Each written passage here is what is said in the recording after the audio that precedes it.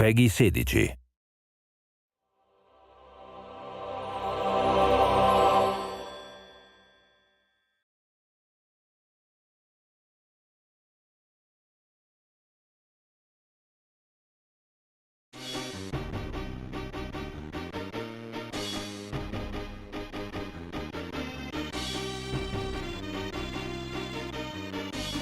You know, there are a lot of similarities between doing art for a video game or doing art for a comic book, but there are huge differences as well. I mean, with a comic book page, you can vary the size of the panels. So you can have a really large detailed panel and then a really small intimate close-up panel.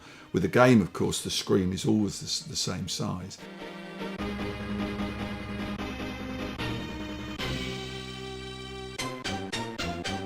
One of the things I did back in the early 90s when we were creating the game was to produce a short comic book. I think it's like an 8-page story, which is designed to be read before you play the game. It basically sets the background for Foster and his world and how he came to be and how he was adopted by the Aborigines, how he got his name. And it concludes with him being captured and taken on a helicopter to the city, and all of a sudden the helicopter malfunctions and dives in towards the city, and that's the end of the comic book. That's the cliffhanger, and then the game begins with the helicopter crashing and Foster escaping into the city and having his adventures.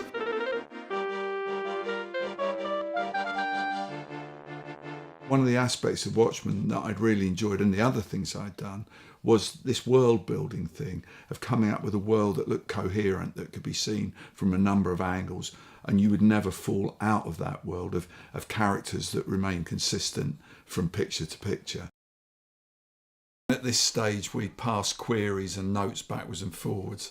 This has got a seesaw. This was a seesaw that was going to dunk the dog in the lake, which I know is a favourite moment for a lot of the people who played the game. But I wrote at the side, Chaz, this was Charles, Chaz, I still don't quite get the seesaw gimmick. Can I have a drawing, please? So Charles must have given me a drawing, because I then came up with this, where I've resolved what happens with the seesaw, and you put the dog on one end and you drop the bricks on the other, and the dog gets catapulted into the lake, much to everybody's amusement. And here's an even more finished version of it, where we've got an incredible tripod arrangement that again makes this whole dog chucking thing feasible. So these are the kind of things you spend hours and hours worrying about and setting out and making them work, not only functionally but also so they're reasonably attractive and understandable to look at. What was that splashing noise? Where has Spunky gone? Before I did the finished comic book artwork, I thumbnailed the whole thing out on one sheet. And there are some changes between this and the finished published version, but this is basically that comic book describing what's happening in bits of dialogue.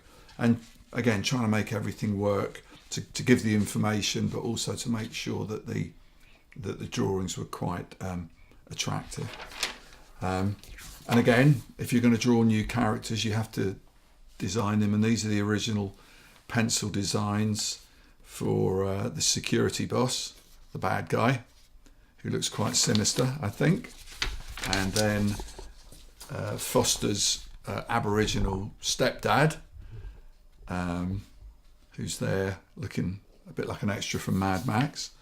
And this was the hero of our piece, Foster, pretty much a traditional square-jawed, butch-looking hero with this leather kind of Australian stockman's coat on. But again, whenever I design a character, I like to show them clearly from several angles, so I've got something to refer to when I have to draw them from different angles. And finally, something that I came across while we were looking through the archives was this sheet of character studies I did. Now, all the characters in the game only appear as tiny little pixelated figures, but I wanted to have an idea of what they really look like. So here's Reich, the baddie, and Lamb, and other ne'er-do-well, and various friends and acquaintances of Foster's, just to make the characters sort of live in my mind as I came to do the game artwork. So as you can see, we've got lots and lots of these, which I've kept because I knew they'd come in handy one day for such an occasion as this. So I hope you've enjoyed looking at them.